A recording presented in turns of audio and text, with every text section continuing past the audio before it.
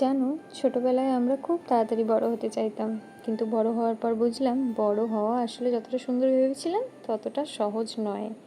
Good morning everyone. আজ সকালটাও শুরু হলো একদম সাধারণভাবে। Good morning. হুম, সকাল সকাল স্নান থাক হুম, সব কমপ্লিট। হুম। এখন বাজে 7টা। না, নটা। 7টা বাজে, চলো হাঁটি। দেখতে তো নটা লাগছে। দেখতে নটা লাগছে। কাচ্চিং নেই। এত ঘুমিয়েছিল, এক চোখগুলো তবু দাঁড়িয়ে রয়েছে। কাল রাতে এত সুন্দর ঘুমোচ্ছে তো। যাওয়া যাবে না কোথাও। চলো যাবো। রোদ প্রচুর রোদ। আরে রোদেই যাবো। উফ, চলো না ওদিকে ছাওয়া পাবো, চলো। ওই যে ওইদিকে চল। চলো তুই ভিডিও কল জানতে গেছিস? সব কিছু হাঁটবো আজকে, একটু আমি তো ভাবিনি বাইরে এত। ভেবেছিলাম বাইরের ওয়েদারটা বেশ সুন্দর হবে, এত সকাল যখন হয়েছে প্রায় 7টা বাজে, তখন এত সকালে ওয়েদারটা ভীষণ ভীষণ মিষ্টি হবে, কিন্তু বাইরে বেরিয়ে বুঝতে পারলাম যে কি প্রচণ্ড রকম রোদ। এই রোদে কি আর হাঁটতে ভালো লাগে? কিন্তু প্ল্যান যখন করেছি একটু হাঁটবো, একটু নিজেদের মতো সময় কাটাবো, তো আর কি আমরা বললাম চল একটু হেঁটেই আসি। তো ওইভাবেই বাড়ির আশেপাশের রাস্তা দিয়ে দুজনে একটু হাঁটছিলাম, আর এদিকে মাঝখানে মাঝখানে বেশ দাঁড়িয়ে দাঁড়িয়ে গল্প করছিলাম, আশপাশের পরিবেশটা দেখছিলাম। বেশ অনেক দিন আমরা এভাবে আর কি বেরোই না, সকালে ওঠা হয় না এত সকালে, আর উঠলেও হয়তো আমরা বেরোই না, কাজের জন্য রেডি হয়ে বেরিয়ে পড়ি। তো হেঁটে তারপর আমরা বাড়ি গিয়ে আবার দোকানে বেরোবো বলে দুজনেই রেডি হয়ে গেছি, আজ দুজনে একসাথেই বেরিয়ে যাব। তো রেডি হয়ে দুজনে একটু নিজেদের মতো করে সময় কাটাচ্ছিলাম, গল্প করছিলাম, তারপরে খেয়ে আমরা বেরিয়ে গেছি। দোকানে এসে তো সেই একই কাজ, পুরো ধুলোবালি পরিষ্কার করা।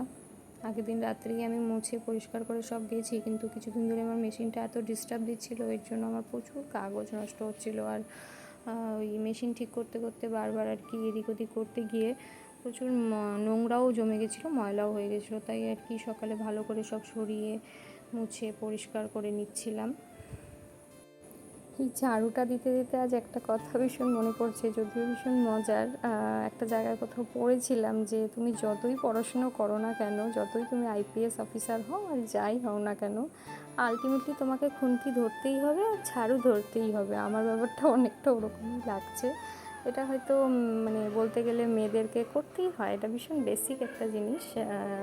এটা না পারার কিছু নেই, না করারও কিছু নেই, কিন্তু ওই কথাটার সাথে ভীষণ একটা রিলেট করতে পারছি আর কি। কথাটা বেশ মানে সুন্দর বলতে গেলে, একদম ঠিকও তাই।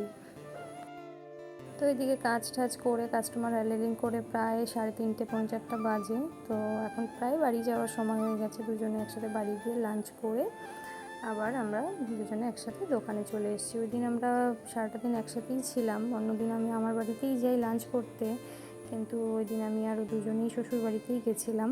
তো ওখান থেকেই আর কি আমরা খাওয়া দাওয়া করে আবার দোকানে চলে এসেছি। দোকানে এসে আমাদের কিছু কাজ ছিল, তো ওই কাজগুলো করছিলাম, আর কিছু ডিসকাশন ছিল আমাদের, দোকানটা আরও কীভাবে গ্রো করা যায় ওগুলোরই কিছু প্ল্যানিং আমরা একসাথে করছিলাম, সাথে নিজেদের মতো সময় কাটাচ্ছিলাম, গল্প করছিলাম, খুনসুটি চলছিল, এইসব তো চলতেই থাকে। আমরা দুজন একসাথে থাকলে কীভাবে যে সময় কেটে যায় আমরা ঠিক বুঝতেই পারি না।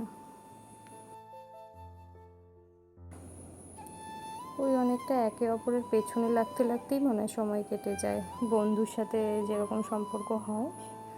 আর এদিকে যে দেখতে পাচ্ছ আমার মুখে একটা ফোসকা পড়েছে, আগের দিন রান্না করতে গিয়ে তেল ছিটে এসেছিলো, ওটারই ফোসকা পড়ে গেছে। তো এখন সব কিছু প্যাক করে বাড়ি ফেরার পালা, প্রায় 10টা বাজে। তো দোকানটা গুছিয়ে আমি রেডি হচ্ছি, বাড়ি ফিরবো। দোকানটা বন্ধ করে নিলাম, এখন আমি আর ও দুজনের দুটো বাহন নিয়ে হাঁটতে হাঁটতে একটু গল্প করতে করতে দুজনে চলে গেছিলাম। রাস্তার ধারে একটা স্ট্রিট ফুডের দোকান আছে, ওই দোকানটায় গেছিলাম, দ্য বাইট ল্যাব বলে। তো প্রায় 10টা 10:30 বাজে, খোলা পাবো কিনা তো পেয়েছি, দুজনে একটু ওখানে খাওয়া দাওয়া করে তারপর চলে গেছিলাম মিষ্টির দোকানে, মায়ের জন্য একটু মিষ্টি নিতে, সাথে আমার জন্য কিছু আইসক্রিম আর চকলেট নিতাম, তার জন্য আর কি চলে গেছিলাম ওখানে। তো আমি আমার পছন্দ মতো চকলেট আর কিছু আইসক্রিম নিয়েছি, আর মায়ের জন্য মিষ্টি নিয়েছি, মা মিষ্টি খাবে বলেছিল, নিয়ে আমরা দুজনেই বাড়ি চলে এসেছি। বাড়ি এসে দুপুরে জামা কাপড়গুলো ওভাবে রেখে গেছিলাম, তো ওগুলোকে গুছিয়ে ভালো করে সেট করে রাখছি। এখন ফ্রেশ হয়ে নিচ্ছি, ভালো করে ফেস ওয়াশ ইউজ করে নিচ্ছি, কারণ দুপুরে ইউজ করেছি, কিন্তু এত যা গরম আর বাইরে বেরোলেই যেভাবে ট্যান পড়ে আর মুখে ময়লা জমে, তো রাতেও করতেই হয়, ডেলি এটা করি। তো এসে ফেস ওয়াশ দিয়ে মুখ ক্লিন করে নিয়ে আমি ক্রিম মেখে নিচ্ছি। আর এই যে গোটাটার যে আমার কী অবস্থা, অ্যাকচুয়ালি গোটা নয়, ভুল বললাম, ওটা আর কি ফোসকা পড়ে গেছে আমার লুচি ভাজতে গিয়ে। আর শুধু ওখানে নয়, আরও অনেক জায়গাতেই পড়েছে, কিন্তু এটা কেমন বাজে লাগছে দেখো মুখের মধ্যে। এদিকে মার সাথে গল্প করতে করতে মা হয়তো বুঝতেই পারেনি এদিকে ক্যামেরা অন করা, তাই ক্যামেরা দেখে কীরকম পোজ দিয়ে দিচ্ছিলো। তারপরে আর ফ্রেশ হয়ে আমি এদিকে যে আইসক্রিমটা নিয়েছিলাম ওটা বাড়ি আস্তে আস্তে পুরো গলেই গেছে। এটা অ্যাকচুয়ালি আইসক্রিম না, এটা বিস্কুট প্লাস আইসক্রিম।